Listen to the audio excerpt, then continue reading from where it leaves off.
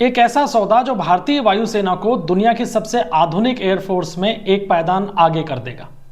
France के साथ करीब 3.25 लाख करोड़ रुपए का सौदा होने जा रहा है और 114 राफेल फाइटर जेट्स की खरीद होने वाली है। और इसमें 24 जो फाइटर जेट्स होंगे वो होंगे सुपर राफेल। क्या है ये सुपर राफेल? ये सिर्फ विमान नहीं है बल्कि स्टेल्थ, एआई और हाइपरसोनिक स्पीड वाली सुपर मशीनें हैं जो F-35 और सुखोई 57 को भी पीछे छोड़ देंगी। 17 फरवरी से शुरू हो रही फ्रांस के राष्ट्रपति इमैनुअल मैक्रों की यात्रा के दौरान इस पर मोहर लगने वाली है। और आज के वीडियो में हम जानेंगे कि इस डील में भारत को क्या क्या मिलेगा, नए राफेल की क्षमता क्या होंगी, दुनिया और भारत के मौजूदा फाइटर जेट्स की तुलना ये हम करके बताएंगे, बजट का ब्रेकडाउन करेंगे और राफेल के घातक हथियारों से आपको रूबरू कराएंगे जो भारतीय वायुसेना को एक अलग ऊंचाइयों तक पहुंचाने वाले हैं। सबसे पहले आपको इस डील के बारे में बताते हैं। ये भारत का सबसे बड़ा रक्षा सौदा होने जा रहा है और इस डील के तहत भारत 114 राफेल खरीदेगा, जिनमें से 88 सिंगल सीटर होंगे और 26 डबल सीटर होंगे जो ट्रेनिंग या कॉम्बैट रोल दोनों के लिए होंगे। 13 जो फाइटर जेट्स हैं इसके अंदर वो ऐसे होंगे जो रेडी टू फ्लाई कंडीशन में होंगे, यानी फ्रांस से सीधे तैयार होकर भारत आएंगे और वायुसेना के बेड़े में शामिल हो जाएंगे। और 96 यानी 96 जेट भारत बनाएगा और भारत में जो निर्माण होगा उसमें 50 से 60% स्वदेशी कंपोनेंट इसके अंदर काम में लिए जाएंगे, यानी 60% जो टेक्नोलॉजी होगी वो भारत की होगी। निर्माता कंपनी जो है इसकी वो है दसॉल्ट एविएशन और जो भारत का जॉइंट वेंचर बताया जा रहा है वो बताया जा रहा है दसॉल्ट रिलायंस एरोस्पेस लिमिटेड का। इंजन निर्माता यानी सबसे महत्वपूर्ण चीज जो है वो ये है कि जो ये राफेल आएंगे इनके अंदर इंजन लगेगा साफरान का और एवियोनिक्स कंपनी जो है वो है थेल्स ग्रुप। अब यहां साफरान का नाम इंपॉर्टेंट इसलिए है क्योंकि ये पहली कंपनी है जो फाइटर जेट्स का इंजन बनाती है और ये भारत को अपनी टेक्नोलॉजी हस्तांतरित करने को भी तैयार हो गई है। याद है दोस्तों, आपको ये बात ध्यान रखनी चाहिए कि भारत का जो तेजस प्रोजेक्ट लेट हो रहा है वो इसलिए हो रहा है क्योंकि भारत के पास अपने फाइटर जेट्स का इंजन नहीं है। भारत ने अमेरिका की जीई कंपनी के साथ में सौदा किया और अमेरिका पैसे लेने के बाद में भी जीई की सप्लाई को लगातार रोकता रहा, लिहाजा इंजन भारत को मिले नहीं और भारत का वो प्रोजेक्ट लेट हो रहा है। अब भारत ये चाहता है कि किसी एक ऐसी इंजन निर्माता कंपनी से बातचीत हो जाए जो टेक्नोलॉजी ट्रांसफर के लिए तैयार हो जाए। ये जो सैफरन कंपनी है फ्रांस की, ये अब भारत में जो फाइटर जेट्स के इंजन हैं उनको बनाने के लिए टेक्नोलॉजी हस्तांतरण के लिए भी तैयार हो गई है। अब सवाल ये उठता है कि राफेल का कौन सा वर्जन भारत खरीदने जा रहा है। भारत जो 114 राफेल खरीद रहा है क्या ये वही है जो भारत के पास पहले से हैं? तो इसका जवाब है नहीं, भारत उससे ज्यादा एडवांस खरीद करने जा रहा है। इसके अंतर को समझिए। अब आप अभी जो भारत के पास में 36 राफेल हैं वो हैं F-3R मॉडल के। ये 4.5 जनरेशन के हैं, स्टेल्थ क्षमता और न्यूक्लियर मिशन के लिए तैयार हैं, लेकिन न्यूक्लियर मिशन केवल फ्रांस के लिए। लेकिन जो नए राफेल खरीदे जाएंगे वो F-4 और F-5 श्रेणी के होंगे, यानी वो अब 5वीं पीढ़ी के यानी 5th जनरेशन के फाइटर जेट्स होंगे और 6ठी पीढ़ी के बराबर होंगे, यानी 6th जनरेशन से कंपीट करेंगे। हालांकि अभी तक दुनिया में किसी के पास में 6th जनरेशन का फाइटर जेट आया नहीं है, लेकिन भारत जो खरीद कर रहा है उसमें खरीदे जाने वाले राफेल इतने एडवांस होंगे कि वो 6th जनरेशन के फाइटर जेट से भी कंपीट कर सकेंगे। अब बात करते हैं तीनों श्रेणियों की जो फाइटर जेट्स के अंदर राफेल के फिलहाल मौजूद हैं। पहला वर्जन है F-3 वर्जन जो मौजूदा राफेल भारत के पास में है। ये पुराना है लेकिन ऑपरेशनल है, भारत की वायुसेना इसको काम में भी ले रही है। इसके अलावा ये एयर टू एयर काम में ले सकते हैं इसको कॉम्पैक्ट में, ग्राउंड अटैक के काम में आता है। इसमें AESA रडार लगा हुआ है, न्यूक्लियर कैपेबिलिटी इसकी है लेकिन वो फिलहाल फ्रांस के लिए है और आधुनिक मिसाइल्स इसके अंदर अटैच हो सकती हैं। भारत के F-3R पूरी तरीके से कस्टमाइज्ड हैं। कस्टमाइज्ड का मतलब क्या है? मतलब ये कि भारतीय वायुसेना के हिसाब से उनमें ऑल्ट्रेशन किया गया था। अब जो भारत खरीद रहा है वो F-4 वर्जन है जिनकी डिलीवरी 2028 से 2029 के बीच में होगी। ये F-3 जो भारत के पास पहले से हैं उनका अपग्रेडेड वर्जन है।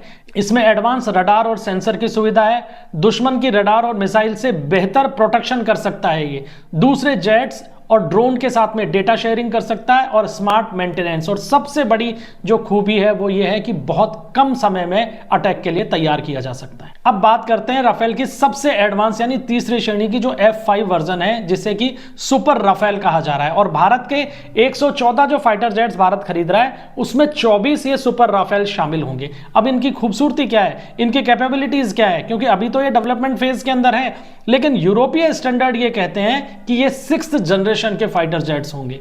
नई मिसाइल्स लग सकेंगी इनके अंदर, बेहतर इनकी स्टेल्थ कैपेसिटी होगी, एआई और लॉयल विंगमैन ड्रोन्स के साथ में ये काम कर सकेंगे, और रेडिएशन प्रोटेक्शन की इनके अंदर कैपेसिटी होगी, और इसकी जो स्पीड होगी वो पूरी तरीके से हाइपरसोनिक होगी, यानी ध्वनि की रफ्तार से 6 से 7 गुना की स्पीड पर यह फाइटर जेट काम करेगा। इंडियन एयरफोर्स के सोर्सेज का यह कहना है कि ये जो सुपर राफेल होंगे ये अमेरिका के F-35 और रूस का जो Su-57 है, जो उनके लेटेस्ट फाइटर जेट्स हैं, उनसे भी एडवांस होंगे, और इनके शामिल होने के बाद में भारतीय वायुसेना फ्रांस के बाद दुनिया के सबसे एडवांस्ड फाइटर जेट्स को रखने वाली वायुसेना बन जाएगी। अब बात करते हैं उन हथियारों की जो इन सुपर राफेल्स के अंदर इंटीग्रेटेड किए जाएंगे, जो इनको दुनिया का सबसे बेहतरीन फाइटर जेट बनाएंगे। इनकी एयर सुपेरियरिटी होगी, ग्राउंड अटैक की क्षमता इनकी बेहतरीन होगी, इसके अलावा इनमें भारतीय हथियार भी इंटीग्रेटेड होंगे, कुछ इसके अंदर एडवांसमेंट भी ज्यादा किया जाएगा, और सुरक्षित डेटा लिंक से ये IAF के रडार से कनेक्ट कर पाएंगे। अब राफेल के अंदर जो 5 प्रमुख हथियार हैं जो इसकी क्षमता को और जेट से बढ़ा देते हैं, उनके बारे में बता देते हैं। पहली है स्कैल्प मिसाइल, जो लंबी दूरी की क्रूज मिसाइल है। दूसरी है मेटेओर मिसाइल, हवा से हवा में मार करती है, 200 किलोमीटर से ज्यादा की इसकी रेंज है। तीसरे हैं इसमें लेजर गाइडेड बम, जो 500 से 2000 पाउंड के हैं और लेजर से सटीक स्ट्राइक करते हैं।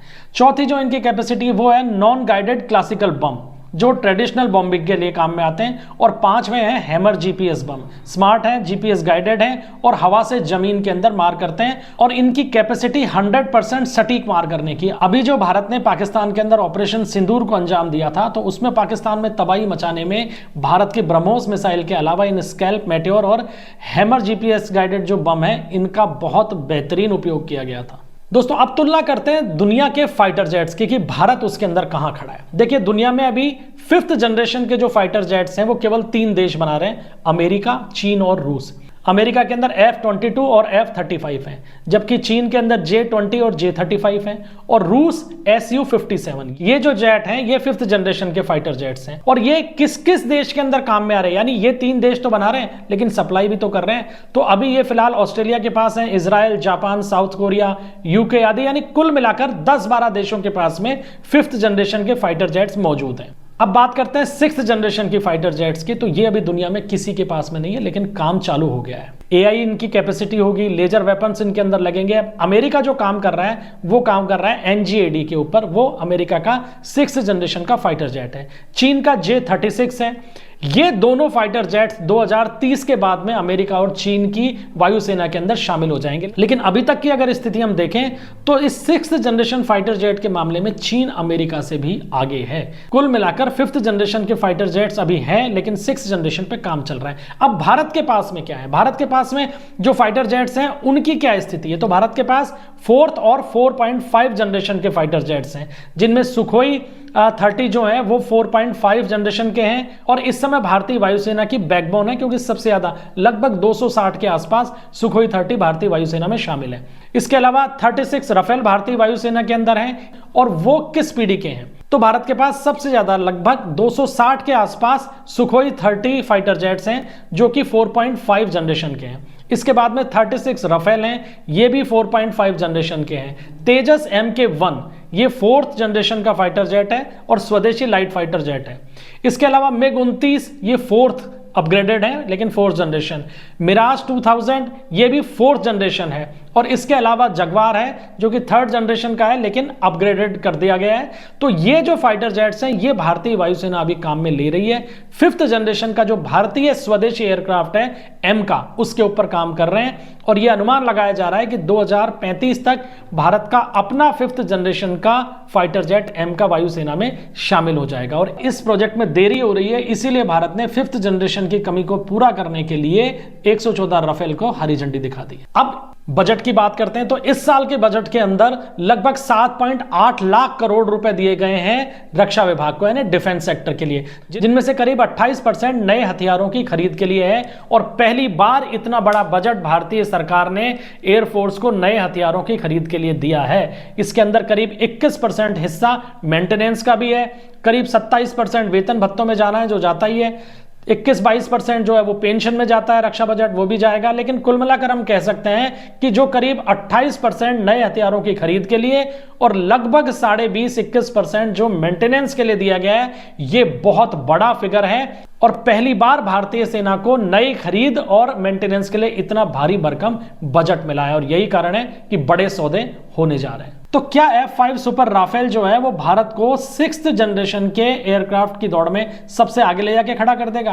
क्या ये जेट अमेरिका के F35 और रूस के सुखोई 57 से ज्यादा बेहतर साबित होगा? आपकी राय क्या है? कमेंट बॉक्स में जरूर लिखिएगा। वीडियो अगर पसंद आया हो तो इसे लाइक कीजिएगा, शेयर कीजिएगा और चैनल को सब्सक्राइब जरूर कीजिएगा। मिलते हैं अगले वीडियो में, तब तक के लिए इजाजत दीजिए। जय हिंद, जय भारत।